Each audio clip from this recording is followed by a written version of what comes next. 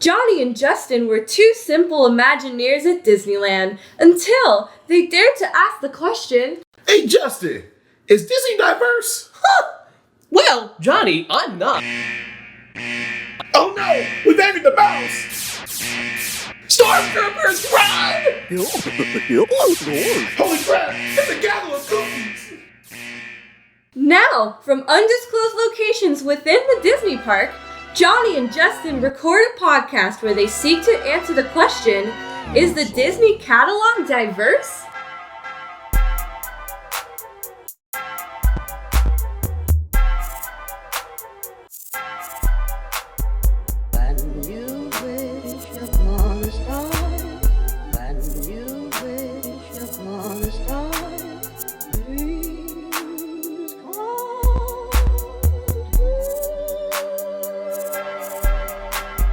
Anyways, hi, I'm Justin. And I'm Johnny.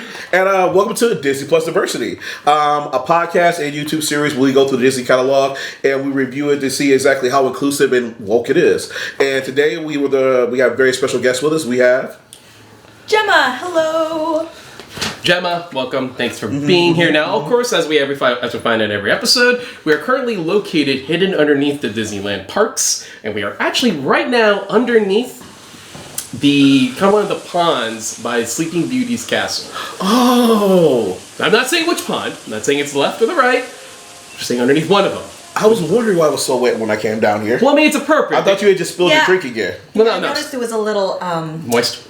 Oh, that word. Sorry about that. But the main reason, of course, it's just very appropriate that we're underneath this because we are talking about a very popular animal that likes to hang out in these ponds. This is true. I This is heard true. some animal noises. This is We've true. heard a couple of a specific kind of squawking. It's true.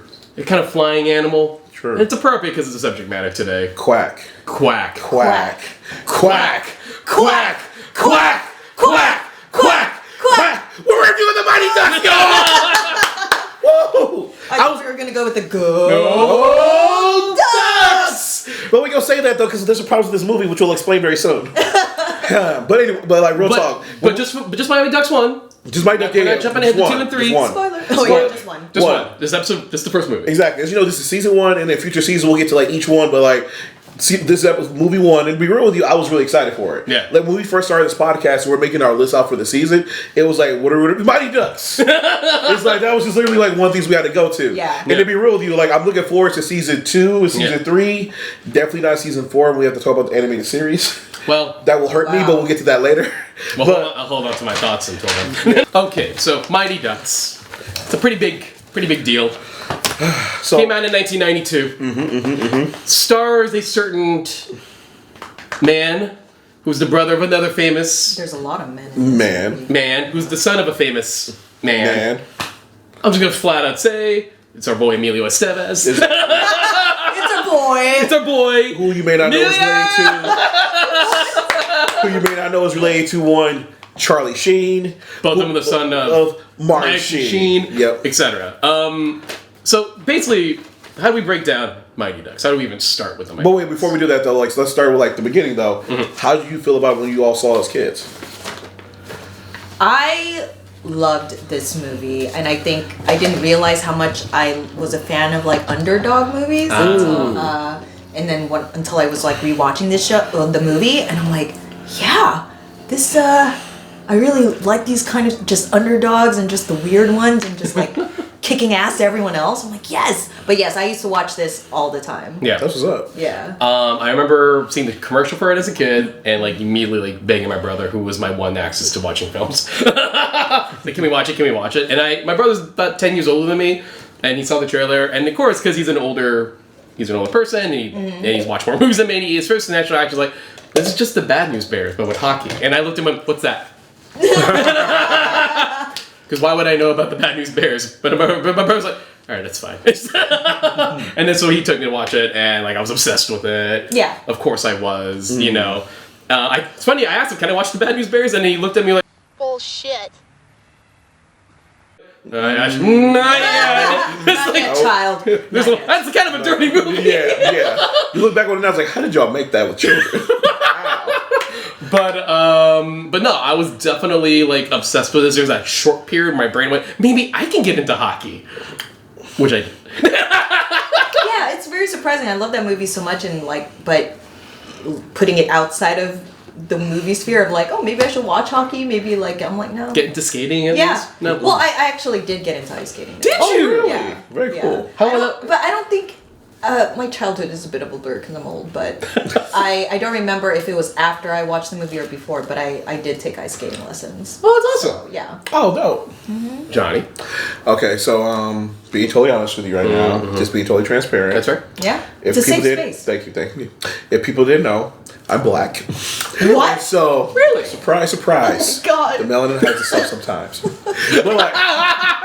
But so my community is not exactly the biggest hockey fans. And here's the thing: I'm from Detroit, and so we've had the Red Wings. We've won Stanley Cups. Yeah. And even when we won Stanley Cups, like, don't get fucked. Yeah. Hope the Pistons get their acts together. Come on, let's go. Grant Hill, Chauncey. But real talk though, the Mighty Ducks comes out. I'm just like, fucking shit. Hockey's dope. And literally from that first scene with the kids where they're like, we're going to get to it, they pull the prank with the purse and the poo and all this hilarious. I was like, this is hilarious. As a kid, I just remember dying laughing at that scene. And ever since then, it's been like one of my favorite nostalgic movies of Disney. Until I had to watch it for this podcast. Yeah, we'll talk about that. Well, I mean, we are talking about a movie that was made in the early 90s. We are talking about a movie that is definitely it's one of those things before we sat down and watched it. I had this gut feeling I got a feeling a lot of this won't age well. Yeah, I was very surprised. Or we're gonna do Mighty Ducks, and I was just like, and talk about diversity and representation. I'm like, I don't think this is gonna end. I don't know how short this is gonna be. No. I remember it was like, we're gonna do Mighty Ducks. Yeah, they got this whole multiracial cast and guys and girls all playing hockey and shit. That was D2. Fuck. I mean, there are guys and girls playing hockey in this movie, and there is some people of color, but I hate that multiracial though. it ain't. No, it's just Yeah, that ain't multiracial. No, it ain't. Yeah. No, it ain't. We got a couple of African American kids. Yeah, I just guess in the 90s, Asians and Latino people did not exist apparently. Oh, not in Minnesota apparently. No. Not until what is it? D2? D2. Yeah. And even then, that was for the world team. Yeah, only when you go international. At the same time, it's Minnesota. Where the fuck was Prince? This is my whole thing. I'm just like those jerseys should have been purple. They should be coming off like Purple Rain with doves cry. There's a lot of missed opportunities here in this movie, but we'll get to that. Yeah. So the movie's director is actually interesting. His name is Stephen Herrick, and I looked him up. You know, he has one very big film in his resume. Yeah, and that threw me off. Ready? You can say it. Bill and Ted's Excellent Adventure. He's the director of Bill and Ted's Excellent Adventure. Oh, wow. That wasn't the one I was thinking of. I was thinking of that one. What were you thinking of? Unless I read the IMDb wrong, he also either directed or was very close to Mr. Holland's Opus. And that is also correct. I just stayed. And that threw me off. Be real with you. I stayed. So I went with the screenwriter, and I was looking up what else the screenwriter did. And I was like, oh, he did D1, he did D2, and he did D3, and he did and he did Heavyweights, which is something we'll be reviewing later on this season. Yeah. So I was like, good lord, he's here for all this. Yeah. And then I was also blown away by the fact that it was written by Judd Apatow. Well, a little bit of a couple drafts with Judd Apatow. Yeah. Oh, really? Yeah. Which when I looking back on, I'm like, so many scenes now make sense. Some of the comedy bits, you're like, oh, there it is. There it is. But yeah, it's directed by the guy who directed Bill and Ted Excellent Adventure, and eventually Stephen Brill became the kid comedy kid. He eventually, the kid comedy writer. I think his last bigger movie was Drop-It Taylor with Owen Wilson. Oh, so good. So he wrote that one too. Huh. So it's he's just been that guy who puts kid movies together with weird adult combinations, etc. Which it makes sense though, because directing low-key is management, and managing kids is a whole different skill set because you have to work around the schedules. They have to have school tutors on set and whatnot. Right. So you have to, as you're playing it out, you have to be able to know all that and then work around it. Mm-hmm. Exactly. So yeah, it is. It's an interesting kind of a movie because at the end of the day, it is another standard case of adult forced to teach young kids. Right. Insert sport here. Here. They don't like each other. Right. They eventually do. They become a better human being for it. And then they win the thing, etc. Yeah. It's lather, rinse, repeat. Yeah. So have you seen The Mighty Giants? You've seen Air Bud? Yeah, you've seen Air Bud? They're Mighty Giants. No, so have you seen The Mighty Giants? Little Giants? Oh, Little Giants. Little Giants. Little Giants. Sorry. Thank you. Yeah, your problem. Little Giants. Hardball with Keanu. Oh yeah, that's true too. Remember that? That was another one. Yeah. That's Hardball.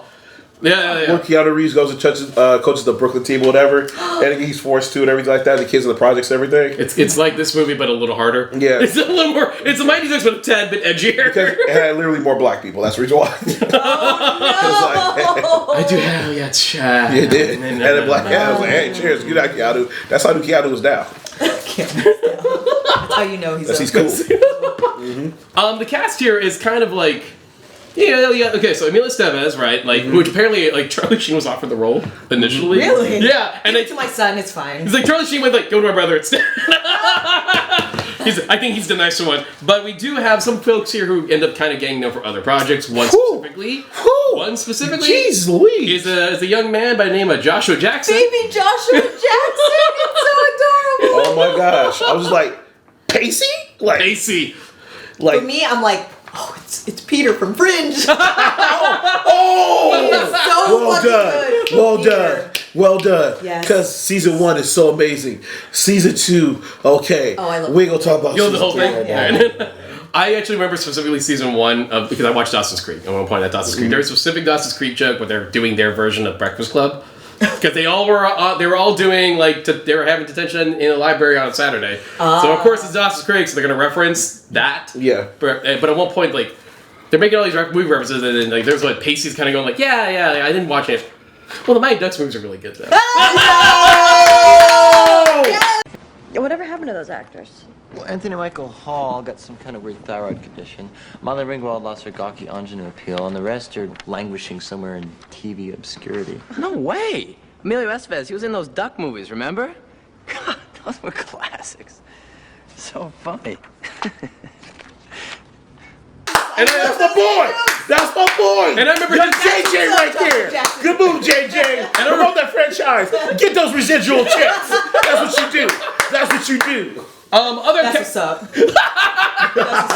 Other actors here, Eldon Henson, who plays Fulton, later went on to be in the Daredevil Netflix show. That still blows my mind. Talk about, wait. Who was he? He's Murdoch's best friend. He's Felton. He's oh my God, he's Foggy! That is Foggy! It's Foggy. Whoa! Yeah. He gets shorter though, because I feel like he's so tall as Fulton. Well, maybe he was just a tall kid. And that was his back. So he's the same exact height. But when he's around children and you look bigger. Oh my gosh, that's Foggy? That was Foggy. Yeah, I don't know why it didn't like click until I saw side by side, because I was looking up actors and I would look like where they are now. Yeah. And then I saw the side by side. I'm like, it's fucking Foggy. Fuck. I didn't even realize that until you said that, but it just all comes together and everything like that. Oh my God. Another one is Margaret Moreau, who plays Connie.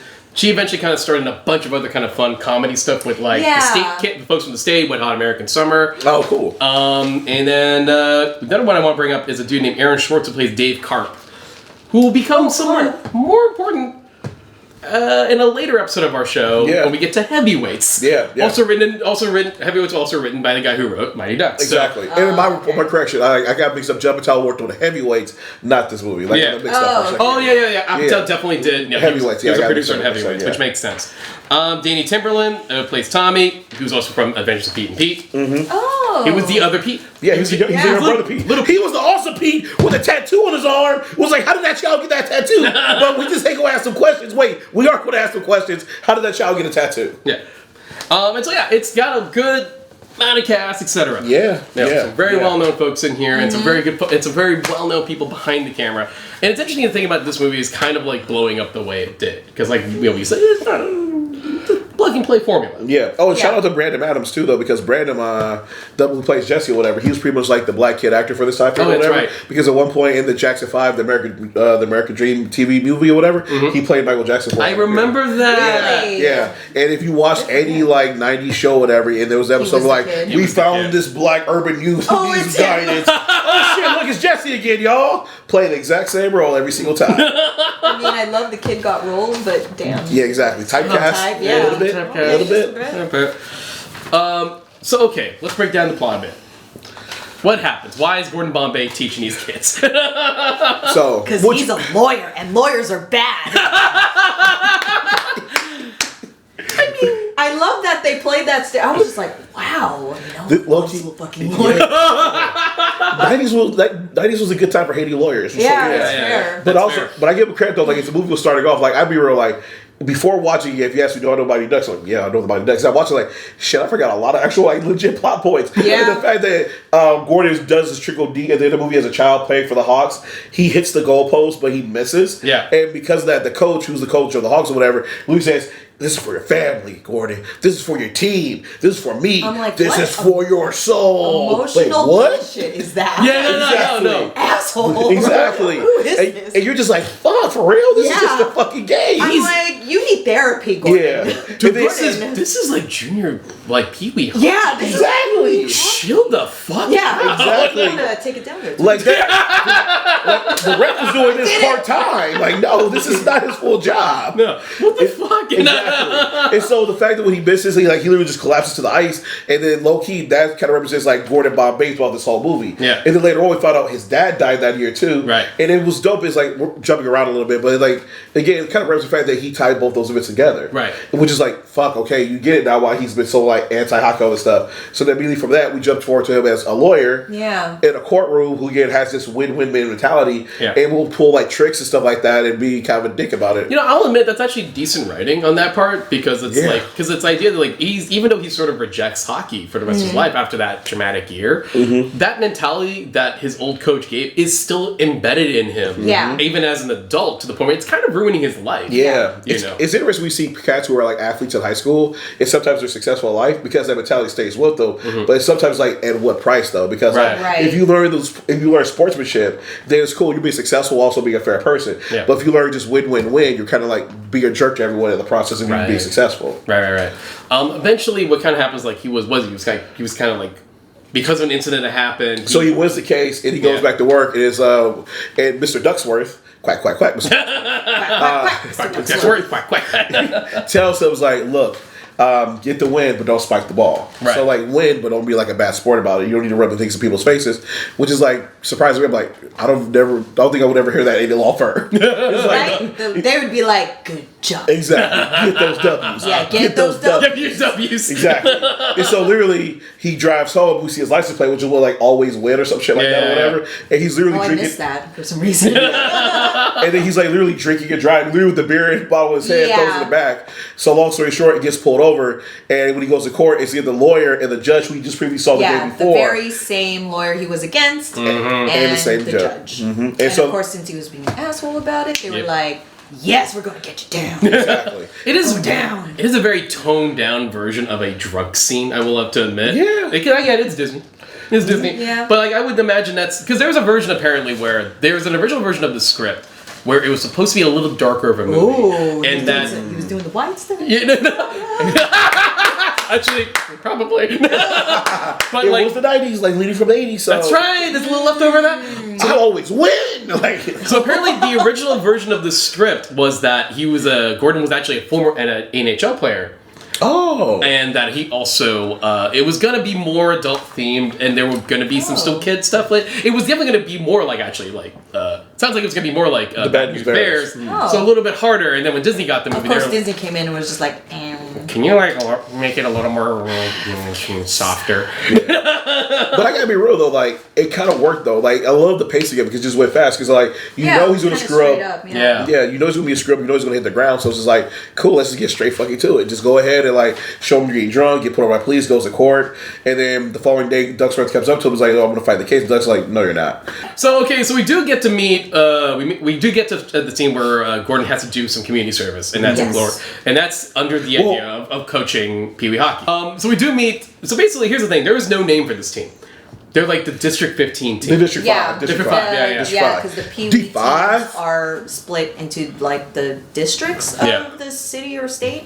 So Who yeah, knew this? they're District does 5 this? and now Why? they're D5.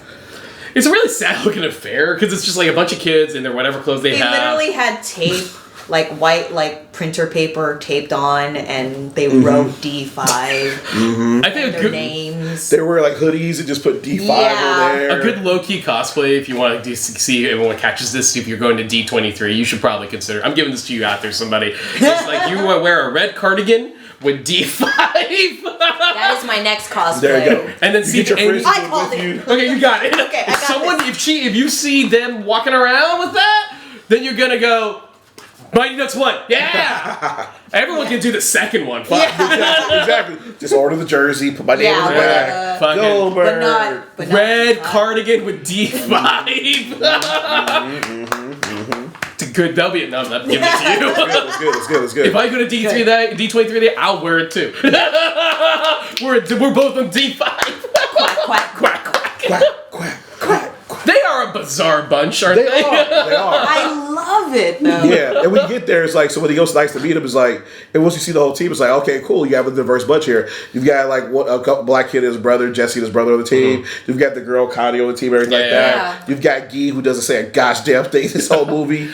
Now, it's one of those things where it's like, of course, you're gonna do this kind of route in these movies where it's like, they got to get to learn each other. Gordon's gonna not give a crap for a good third of this film. He's gonna drive a limo into the ice for some unfucking weird reason. It's like, why are we trying to die today, Gordon? Like, Well, no, but here's the thing. It does showcase his knowledge of the ice. Yeah, it was very subtle that he was just like, it's fine. Yeah, exactly. We're safe. It's I know. Yeah. Exactly. I know. He's just like, I know this ice. Yeah. Yeah. No. That was dope to see though, because it's like, okay, this man still understands the game. Yeah. And that's kind of neat too, because it's as much as he's like, oh, fuck hockey, I'm not touching hockey ever again. It's like, never left him. No, it's like, so he just comes up, he just looks like, dice is fine. Yeah, I was like, How's he know? Like, I low-key want him at a party right now, like, Gordon, I put an ice tray in the freezer 45 minutes ago. Is it good? 5 more minutes. How do you do this, Gordon? How do you do this? Ice telekinesis. all right, Bombay. Ice guru. But what it also shows too, though, is because even though it's like you may know these things, you're working with somebody else's kids, Yeah. and you can't endanger someone else's children, Right. And that kind of goes, if you go on ice, do the fuck you want to do, you Zen master. But it's like we have other people's kids, it's like you can't endanger them, which kind of shows how he needs to grow as a character as well, Right. Because D2 Gordon, again, we're not gonna talk about it, but wouldn't do anything like that. No. He would not do that. Exactly. We do get to see the first game. It's as bad as you think it's going to be. And I love that thing. You're just like, how bad could you be? Oh God, they suck. I just love that. Was just hilarious. Damn. You're just like, ooh. They did a lot of good standard kids screwing around Yeah, with that stuff. Like, oh, hey, let's do the blowfish Very thing. underdog. Yeah. Though they are terrible in their first game for sure. Yeah. And that after that game, I think kind of jumping ahead a little bit, Gordon catches somebody off his distance, and it's somebody he knew from his childhood days, and it's Hans. Hans is the ice skate owner who apparently owns a mansion that's a skate shop. That's a big ass skate It's like, shop. how big is skate in Minnesota? Yeah, apparently. Oh, it's big. whole bunch. Yeah. It's a whole big. It's a big deal. He's the only one. Like they were like, people are still they're gonna shop in my shop. I'm like, okay, all right. Alright. we're the Oh, only yo, one. you betcha. Monopoly. I'll bet you betcha. It's a big deal. There it is. Oh, you betcha. That's a big deal. That hockey up there and the skating is different. It's a big old deal. Oh my gosh. Hans is played by actor named, I got the name right here, Joss Auckland, who I also remember from being in the movie called A Kid in King Arthur's Court. Oh crap. He played Yes. King Arthur.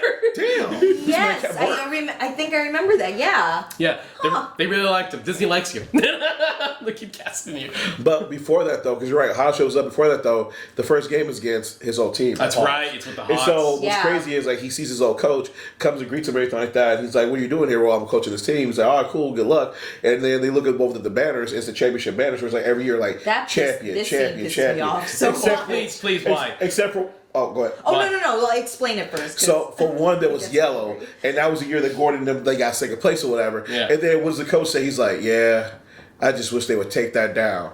Don't you?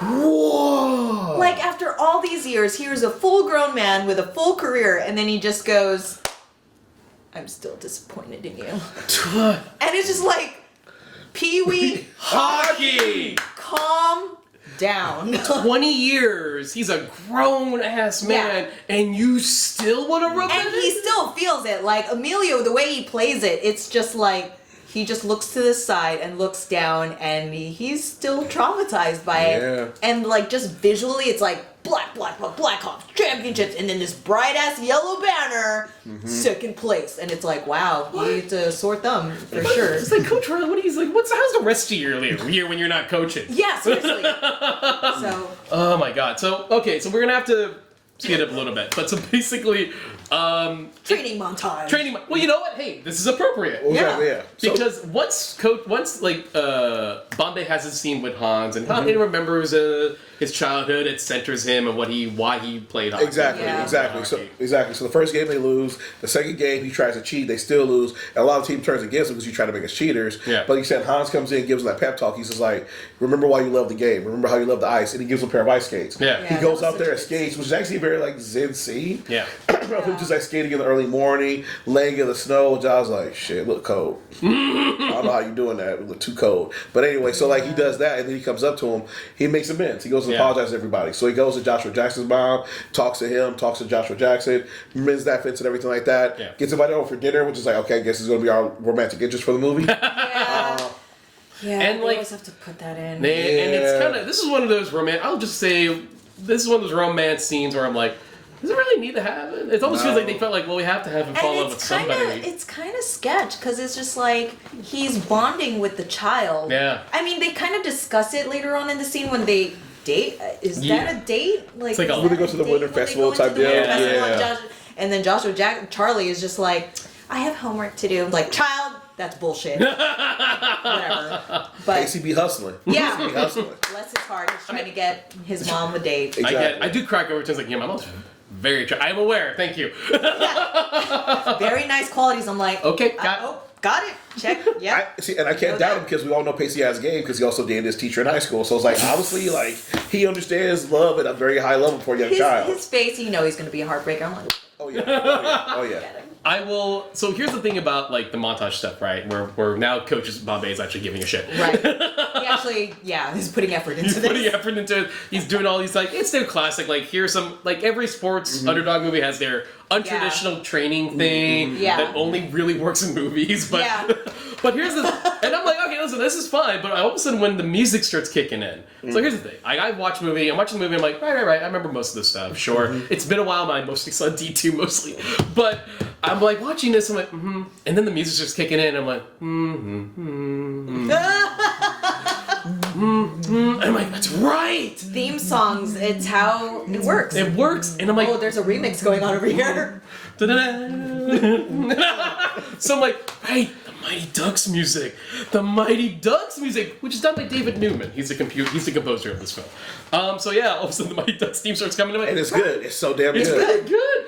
It's good. It's really good. Now, And go ahead. I was gonna say, so then with the training montage, it's fun. Like the whole egg thing is like dump to see on the ice, it's hilarious or whatever. And then we can talk about Goldberg for a quick second. Oh, we need to talk because about Goldberg, the only girl who doesn't want to get hit at all, who's scared of the puck. And I look, do you trust me, Goldberg? They tie him up to the. They literally tie him up, and they start whacking pucks out, wailing him. Wham! Wham! I love how when they do it too. It's like you hear the gun cock. Yeah. I didn't notice that. Oh my god! I thought it was just the sound of the puck. No, it's like let's go. And then they just start wailing into him, and then all of a sudden Goldberg gets over his fear. Yeah. Which is a way, it's just like, damn, Emilio is a really good fucking teacher. Like, from using the egg thing to like doing this, and then later on they're throwing footballs. It's like, no, when you have the puck, you're the quarterback, you're in charge of this, you have to keep out where everything's like, these are good ass analogies. He understands his game. Damn, he does love hockey. Yeah. And that's when, like, all of a sudden they start upping their game. Eventually, also got he got funding from his law firm. I love that because it still shows that he's still of a con person. Yeah, like, a little bit. Because as a lawyer, like he was he always found like the little loopholes. Yeah. And here he still has it, but now he's using it for good. Right. Exactly. And he goes to Duckworth and he's like, well, I'll tell you what, we like, need some money for the team. You can give some money. You're a sponsor. Exactly. We can name him after the firm. Exactly. We'll get you a jersey. It was like, you're a grown ass man. Go buy your own jersey. Like, but there's a jersey with his name and his team's name that has his name on it. And we're like, yeah. henceforth, it's one of those cases too where it's like when they call themselves the Mighty Ducks, because it's, Duckworth. But the idea that they're at first, I like when he announced this is the team name. The whole team's like, I'm sorry, what? Everyone's like, hell no. Wait, before we do that, can we backtrack for a quick sec? Yeah. Because one thing kind of stood out to me. So, when he's hustling Mr. Ducksworth or whatever, you're like, how much money does you need? He's like, we need $15,000. Yeah. And I was like, the flying fuck? But then that's what I realized, like, oh, that's why hockey is kind of like one of those, like, there's a classist barrier in hockey. Because think about this, because you need the money to be able to afford it. Because you start thinking about all the things you need. You need the pads, you need the gear, you need the stick, you need the puck, you need ice skates. You need the lessons because you have to go for read time, all these different things like that. Right. Hockey is an expensive sport to play, so a lot of times people are like, "Why don't like people of color play hockey?" It's like, nah, because there's a financial barrier right there. That's the reason why. Because you think about like hockey, golf, things we have to play for course time, all these different things, all this different equipment. If there's a financial barrier there, you're not going to play it because you have access to it. Makes But sense. you think about football, basketball, baseball, all you need is the ball and the stick, and you're good to go. Yes. Yeah, because it just kind of shows how hockey, like that's where the gap is. It's about funds, and it's like, and I kind of like, I feel like the movie touched upon this as much as a Disney movie can without going too deep into it. Right. They expose like that class issues. Like if you give these kids equal opportunity and you give them equipment same as like you give like the Hawks, they can succeed and be good at this. And it just kind of shows like that's what the point like about equality is. Like if you give people equal access to funds and materials and resources, they will be successful. And so I kind of like how they hinted at that, but without being like too overpowering with it type. And that's you're right. It's like it's not like the movie really touches in that too far, too much, but there is something to be said that this class system is present. is definitely something that's kind of still around and was definitely part of the narrative of Mighty Ducks the film. If you want to be real clear, I didn't see any person of color on the Hawks team. No, that's why. No, They were all tall, white, brown, dare I say blonde. Very Aryan looking. You're going for a Tide Pod. Okay, so they do get some wins. The Ducks are, there's a couple of movie contrivances, and that looked out for them. Scenarios to get them to the finals, to the big game. And I'm just gonna jump to that part now. We're gonna jump to the big game with the Hawks. Okay, yeah. So I will say this though. Yeah. How the hell did they get to the playoffs? Like I said, a bunch of contrivances. It's like you lost game. these games and you tied this one, but you're going to the last. But then there was like two teams that like fell out for one reason or another. It's it lucked out.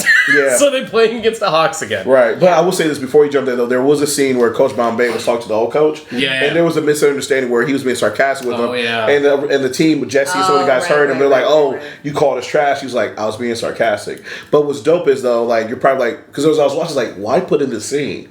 Why are you putting him through these extra obstacles? It's like, oh wait, you have to see has he actually learned the lesson not to give up and like keep going forward. Because back when he was a kid, he made that mistake and he kept punishing himself for it. He just said screw it and left. Yeah. He made another mistake and he was about to do the same thing. He was like, I'm gonna get you another coach. And then Charlie's like, no dude, we need you. Yeah. Like you're our coach. And that's what kind of like brought that together. It was like, I gotta stop being a quitter. I gotta stop running from challenges. I didn't think of it that way. No, it's the same as I was watching. I was like, why? But then I kind of clicked. It's like, that's why. So that's the reason why, like, he goes to the school, he apologizes to him, explains what he was doing. And it's like, you have to work at things, like, talk things through. Just because someone has a misinterpretation, you can't just expect them, like, they'll just believe you. You got to actually work towards it. You can't be a quitter, which he kind of shows. So then that leads us to them going to win some games, doing a couple different things, and then we get to the finals. Right. Yeah. But we forgot one important thing, though. Going back to the tricks and whatnot he does and being smart and clever. So at one point, he just realizes, like, you know what? This is District 5. And when I grew up, I was a hawk. Yes. But Hans tells him they realigned the districts. If you would have been playing now, you would be a duck. And he's like, dope. Wait a minute. Hold up. Guess who else is also a duck? Banks. A.K.A. Cake Eater. Banks. Cake Eater. Banks is a Hawk player, one of the best in the Hawks. Yeah. But not as good as Bombay. Not as good as Bombay. Yeah. Definitely not as good as Bombay. But so he goes and gets him from his old coach or whatever. It's like, what are you doing? You're trying to get back at him? He's like, no, just try to play the game fair. And That's his lawyer thing, though, kicking into It's high definitely, gear. a little bit, but here's the thing though, they kind of reminded me of like, you go to another show, Clear Eyes, Full Hearts. Can't lose. Friday Night Lights. It's the football show. And they've talked about this before because a lot of times districting is what a lot of school districts will do to get around getting players illegally. So there's like, you can live in this county and not even be part of it, but they'll lie and forge documents or whatever to get you to play for the school so you can be competitive and everything like that. So it's like a common thing they do in sports. But what I love about this is it leads to the law office scene. And so at one point, his boss comes to him because the Banks' dad and the Hawks coach go to like Duckworth and like, yo, I work with you, blah, blah, blah. We've known each other. Get my kid back on the Hawks. I don't want to be a Duck. And then when Emilio Estevez goes to office, he's like, wait, what? He's like, Duck was like, yo, make it happen. Right. And then at one point, he's like, no, this isn't fair. We have to play by the rules. That's what you told me. You work as a team, follow the stuff. And this is what I've learned. And then Ducksworth goes to him, like, are you really ready to throw away your job over Pee Wee hockey? And then Emilio Estevez kind of was like, you really ready to fire me over Pee Wee hockey? Can we also point out, it's Pee Wee hockey! Again, people losing jobs over Pee Wee hockey. The title People of this episode It's Pee Wee hockey. I'll put that on a shirt. We should. We got our first shirt. We got our first shirt. I think It's Pee Wee hockey. Oh my gosh. Done and done. And so I would wear that at like D20. I would totally wear it. We'll have it ready by Comic-Con. We'll have it ready by Comic. And so it's just crazy. Be like, damn, people are doing corporate deals over Pee Wee hockey in Minnesota, but ain't nobody going to a Prince concert. But, so anyway, Ducksworth says, clean out your office. And to this, Emilio Estevez is like, whatever you say, Mr. Ducksworth, quack, quack, quack. Mr. Don't do it right away, Mr. Ducksworth, quack, quack, quack, Mr. Ducksworth. And then he leaves, but at the same time, you're like, yo, respect. Well, you know, came full circle. Well, it's also kind of funny, too, because as he was quacking to his boss, the kids were also kind of being kind of rowdy. Yeah, and they also quacked. And so when he grabbed the kids, they don't know about him quacking to his boss. Yeah. And that's why there's a little extra kind of fun about his going like, did you guys seriously quack to your principal? And they're like, yeah. Wow. Exactly. He says like, I just quacked to my boss. Yeah. Squad. Yeah. Squad goals. Yeah. Exactly. Goals. So okay. So it was dope. So they all come together, and then Banks does join the team. At first, when he joins the team, Jesse's mad at him, which is like kind of a little bit annoyed with Jesse's character. I was like, yo, are y'all really just Brian Pitt's the angry black kid for everything? Like no matter what happens, he's like he just showed him he's no heart. He's always angry at things. So when Banks shows up, You'll never be a duck. Exactly. That's what he says. Like motherfucking 10 minutes ago, you didn't want to be a duck. Calm the fuck down. The fuck is this? No, full of pride and shit. Ducks like I died for this duck. The fuck? You were making fun of the name. Exactly. Like literally 10 minutes ago. All right, Jesse, chill. I like this scene, not so much for Jesse because I was just like, oh, Jesse, calm down a bit. But I like the fact that it kind of shows a parallel between Banks and Gordon as a kid because he's the star of the Hawks, but then even though he's definitely like, I don't really want to be here, but not so much it's like, oh, I'm a Hawk. It's more of just like, yeah, whatever, but I just want to play hockey with you. Exactly. Like, he's just straight up, I don't care what team, I just want to be on the rink, and that was definitely Gordon's That's what's in me. idea. Like, that's what Gordon was. He literally just wanted to be on the ice. Exactly, but his dad died, took him away from that. But Banks, again, luckily his dad's alive, so he doesn't experience that trauma, which allows him to keep pressing forward. And what I love about this, too, because, again, if you're listening to our podcast, you heard us talk about Parasite earlier, and talk about, like, the classism that exists there and whatnot in the movie. And so what's dope is that in this movie, again, they're showing more of those classism issues. Because, in a way, Banks joined this team, and Jesse's like, I don't want to accept you because you're a cake eater, which I looked up is actually slang from Minnesota, which they use to describe people who live in the suburbs. Yeah. So it's actual slang for like the rich kids and whatnot. I did feel like I didn't look it up, but it did have that context of like you're a rich kid. Exactly. You're someone from the upper echelon. Did you just find a way to tie Parasite into the Mighty Ducks? That's what I do. That's what we do here. That's what we do. That's a power move. That's a power move. That's a strong power move. That's what we do. That's what we do. And so it's kind of dope is that again, like they're playing with these issues, but again, very very subtle Disney level, so people don't feel offended or thrown in their face. But it's like you're making it realize, and that's the reason why Jesse's upset when he gets there. Right. And it makes Banks have to kind of prove himself. It's like, cool, you're here to play hockey, but also don't use us. Right. Don't just come here and like use something that we love so you can get further ahead.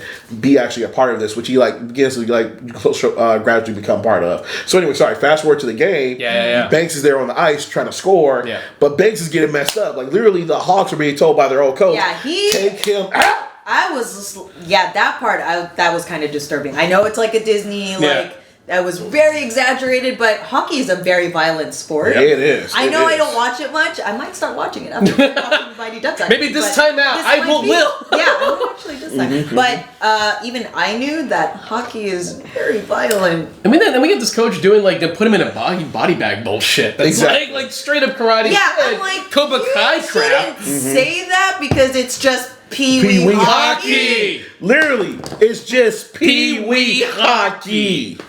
Crazy. And so like you said, like at that one point, like they're messing Banks up. Banks manages to score, and then at this one, the coach is like, "Look, we were doing a shutout. He's got to go." So they go, and on Banks' like next score or whatever, they knock him out and take his shoulder out. And then one of the kids is like, "Bro, what did you do?" One of the Hawks players looks at his team and says, "What'd you do to Banks?" And the dude looks down and says, "My job." I was like, "What the fuck?" Like you're like 13 at the max. Like, Dude. what job do you Exactly. have? Like I really feel like the three of us should have been in the audience. And he's like, "My job." We both look at him like, "It's Pee Wee hockey."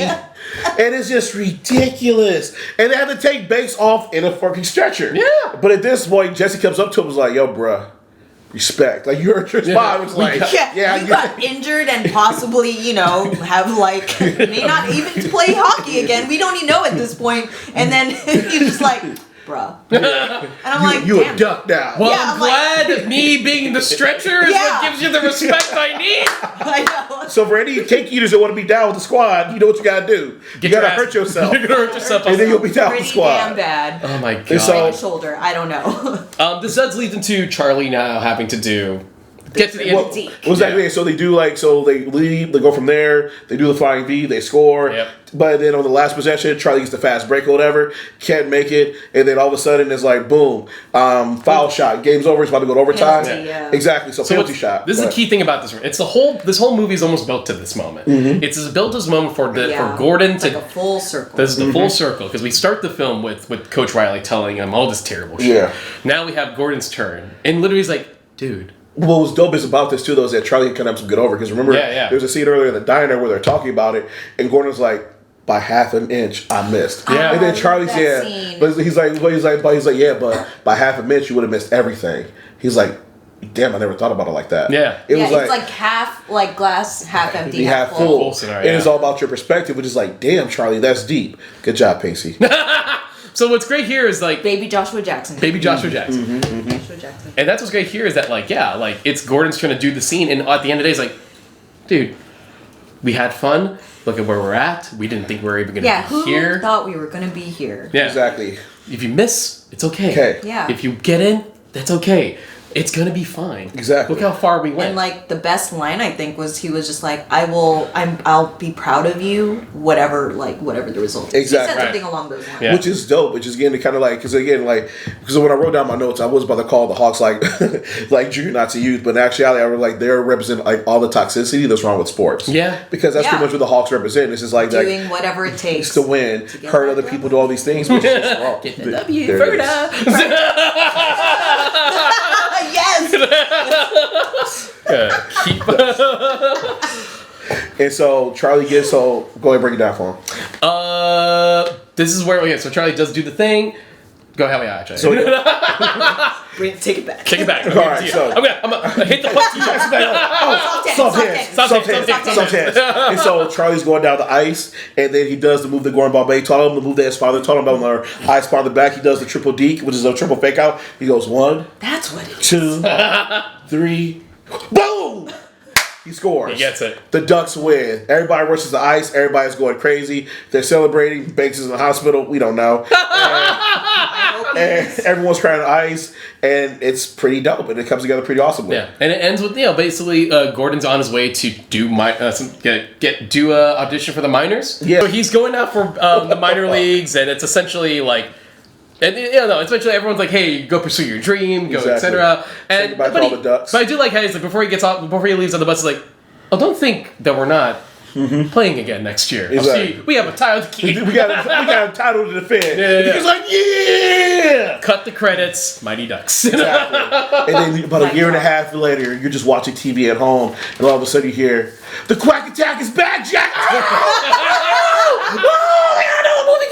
And so, but that's for later. That's for another podcast. That's for another later. episode, yeah. So we wrap up in, and okay, so we gotta break it down. So now it's time for us to give our rating of the movie. We have to rate it. So here's the thing. So we have our different layers. So we have either the movie is woke, which we feel is inclusive, like doing all these progressive things and whatnot. We think it's waking, where it's like starting to do these things, but it falls short in a lot of different areas. Or we feel it's just sleep as shit. It was like, fucking damn. You set things back. All right, so get you grab a paper. Okay. So either woke, waking, or sleep as shit. Keep it hidden, and we'll reveal to the camera in a moment. All right. here we go. In the comments below, why don't you go ahead and let us know who your favorite member of the Mighty Ducks was, which teammate you like the best. And please also put your rating down there as well, so we can read them later. Let's get dangerous. So we just show it, right? Just show it to the camera. Yeah. So on the third quack. Right. Quack, quack, quack. What we got? What we got? Waking. Waking. Oh, we all messed up. Okay. See, All right. but mine is the caveat: waking like Eyes fluttering. Very- So it's kind of like Nice. yeah, Nice. it's like we're maybe I don't know. And like you drew a little duck on yours. he's a little Duck. sleepy. Nice. He's a little sleepy, Yeah. but he's on his way. Yeah, and I just put like some questions like waking. Yeah. It's got some problems. Yeah, As a guest, would you like to go first? Yeah, I think I say waking because I'm putting it definitely in its time period, like Yes, of course. 90s. Yeah. And so for a 90s movie, and from someone watching this now in like 2020, like the fact there were some things that they did that I felt like is still struggling right now in most movies, like for the fact that like Connie and Tammy are on the team, but it's never spoken of like, why is a girl in there? Like, it's just straight out, yeah, they're here. Yeah. Cool. Like, moving on.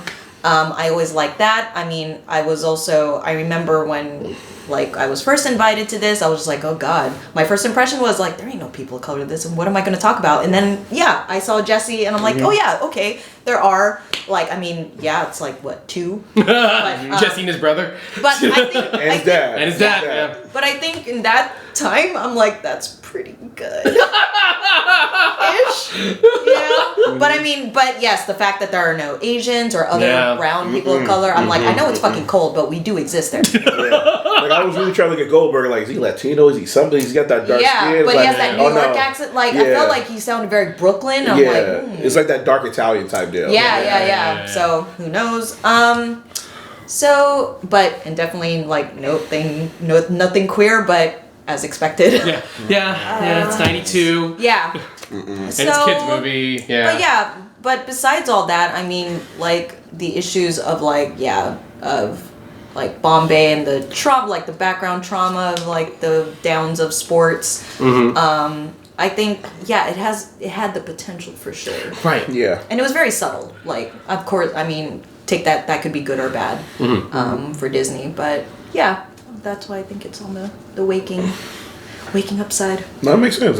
Yeah. I'm in the same boat, and I definitely, like, to kind of add to what you said, like, I think for me, it's like, like one of the big surprises of talking about it here is the stuff you're bringing up, which is the class issues. Which, I mean, listen, again, that's not a new thing per se, but if you really want to deep into what you discussed, where it's like, you know, like a certain class can't afford this kind of thing for these kind of sports, and how we kind of dive into that. That does add to the eyes just opening up a little bit, you know, and everything you said, I agree with in that regard. So yeah, no, it's not perfect. It's not. Like Connie and Tammy could have had more scenes as talking. Period. Connie did get a score, like one score, I think. She did. Yeah. And then, you know, Tammy still got that really cool spinning move thing. Yeah. But yeah, there's a bunch of scenes with the kid who quotes Rob Schneider all the day. It's like, Aberman, shut up! It's like, I got it, Aberman's the comedy machine. Like, just say, getting mad, just say, storm it out. Good Lord, is there that is one of the datest jokes in that thing. But I would love to have seen more from those two characters, more people of color, obviously. But yeah, at the end of the day, it's like, but there's more here than I anticipated. How do we... One thing that reminds me, how do you feel about the Oreo line? Oh, I wrote it down. How do you feel? So first time I thought about it, I was like, well, because they're also sexist as well. Because remember the Hawks call them girls. Yeah, I was like, oh, Hawks are sexist. Yeah. Like, it's the Oreo line. I was like, oh, Hawks are sexist and racist. All right, cool. But then later on, they take it as a badge. Like, no, Oreo line, get in there. And they're the ones who do the Mighty B. It was like, fuck yeah, let's do this. Yeah, I like when Bombay said it. At first, I was just like, wait. But then it sounded like they're taking it back. They're exactly. They're calling themselves the Oreo line. Yeah, exactly. It's funny because I'm on another because I'm on another podcast where we talk about wrestling, and it's me, my other person of color co-host Neeson, and our friend John, who's a Caucasian, and we just kind of crack ourselves like, yeah, we're the Oreo wrestling show. I mean, yeah, because John's in the middle. John's in the middle. Exactly. So yeah. All right, so for me, I gave it Waking, and man, I would rather talk about this with some more of my acai bowl, but I sadly enough It's run just out. that good. Man, It is. Beach Bowl knows how to make a really good acai bowl. Yes, they do, and if And you'd like to it's so sponsor good us for and our you. acai, you know, please come through. Let us know. Totally open to sponsorship. Totally open. Okay, but bring it down. So I gave it a Waking because, like, kind of like we said, like, one is I was watching, like, this is not past the Bechdel test. Because I'm just like, you got Connie and what was Tammy, and I'm just like, no conversation all between the two. Kind of like you said, I was like, I would have loved to see something like that. Yeah, that was the thing. They never talked to each other. Yeah, it barely passes. It does pass the wire test because again, there's points where Jesse talks to. Oh, so I've created my own test for when people of color talk to other people of color. I call it the wire test. And so Jesse talks to his brother, like it. and it was like, oh, cool, passes the people of color the wire test. So this works out. Even though they're siblings? Yeah. Okay. Yeah, because I'm like, you still like, we still get two like siblings right here. Which I'm like, because I was like, yeah, at least like it squeaks by. Like, I would have loved it for more, but I like like that they spoke to it. So I was like, at least speak to each other. And Jesse's a good big brother. Also, I like the dad a lot. Now you're probably like, wait, why the dad? Which is kind of the audience, but he shows up. It's like in the African American community, there's this whole mythos about us not having fathers. Yeah. Like we just appear somehow. Like, oh, black people just pop out of mothers somehow. And so the fact that his dad was always in the games, he was like, I miss overtime for He this. lost overtime. And the thing about this, he showed he cared about his kids. He's there as a good role model. I didn't pay for my kids to do this. Exactly, yeah. Yeah, it would also further emphasize, like, yeah, money is being lost here. Or, you know, it's like, it's an investment. Right. Exactly. These kids. Exactly. I'm trying to be, I want my kids like learn some actual skills, like teamwork or some skills, some things like that or whatnot. And again, it's dope to see him involved in his kids' lives like he is. And then and when they're cheating, he shows up and is like, I didn't pay for my kids to cheat. Let's get the hell out of here. It's like, damn, hell yeah, that's what a dad does. And so I'm really happy to see that on camera. That was dope to see. And again, like just a lot of dope things, but you said like no LGBTQI characters or nothing even hitting towards it or whatnot. And I was like, there was only one Asian American person in this whole movie. And it's the very, very beginning. And so it sounds like, damn, for real, y'all? Yeah. So that's the reason why I gave it Waking. I feel by D2, a lot of the issues get resolved a little bit more and they kind of grow and whatnot. But it's still like early 90s coming out of the 80s. There's a lot of potential for growth here and like the whole class issue that's being explored with banks and stuff like that. I'm like, you know what? You're starting on the right track. And I really can't wait to see where you go next. Yeah. So, yeah, that's the reason why I gave it Waking. For a 90s kid movie. Yeah. I'll admit, it's shockingly held up better than I realized. Yeah, I was very surprised when I was watching this. Yeah, I was like, this is actually more enjoyable than I thought it was going to be. No, real talk, like, because I watched this and I watched Heavyweights for a later podcast we're going to do later on. And, you know, I was like taking Furious Notes for Heavyweights, but with this one, I was just like, I just kept getting pulled in. I had to remind myself to take notes. Right. Because, like you said, the music, the moments, the fun they're having. Because a lot of times it was just dope seeing the Ducks be around each other, like having fun. It was like, shit, I wish I was on that team. Yeah. And it was great because it's not like they were just like they're very close, but you can tell they're close bit. Like they're still like giving each other shit. They're like still like putting in themselves in lockers and just talking about their mom. Like, even though that's bad, you shouldn't do that. But still, it's just like they're just joshing around. It's like I want to hang out with these kids. Like, I want to be in that team. Exactly. The cool thing about the representation is that like you were speaking to this earlier. You had a friend of yours who played hockey, and she got into it. And it was like, well, why? She's like, I watched the Mighty Ducks. She saw herself in it, and that's what we always talk about in the shows. That we're not getting on the movies just to like tear them down, but we're just going to show that inclusivity matters. Because when you see yourself reflected, it gives you the confidence to go out and do something more. So for me, it was like when I saw Jesse and them, I'm like, shit, I can play hockey. I can be like Jesse or his brother and whatnot. You get to see yourself like in the film, and so that's the reason why representation is so important. That's the reason why we like bring it up all the time. It still holds up because I said off camera, I think that I watched the was it 25th anniversary of the Mighty Ducks? And they had most of the cast. Or like some of the cast, I guess, if you count all three movies. But like the cast there, and they were doing Q&A, and like one of the women, a mother was telling them, like the cast, the story of like, you know, I loved it so much when I was a kid, and I watch it with my child now, and now they're getting into hockey because of this movie. And you know, it's like, you know, 2000, so the fact that it still affects kid, you know, the generation now is pretty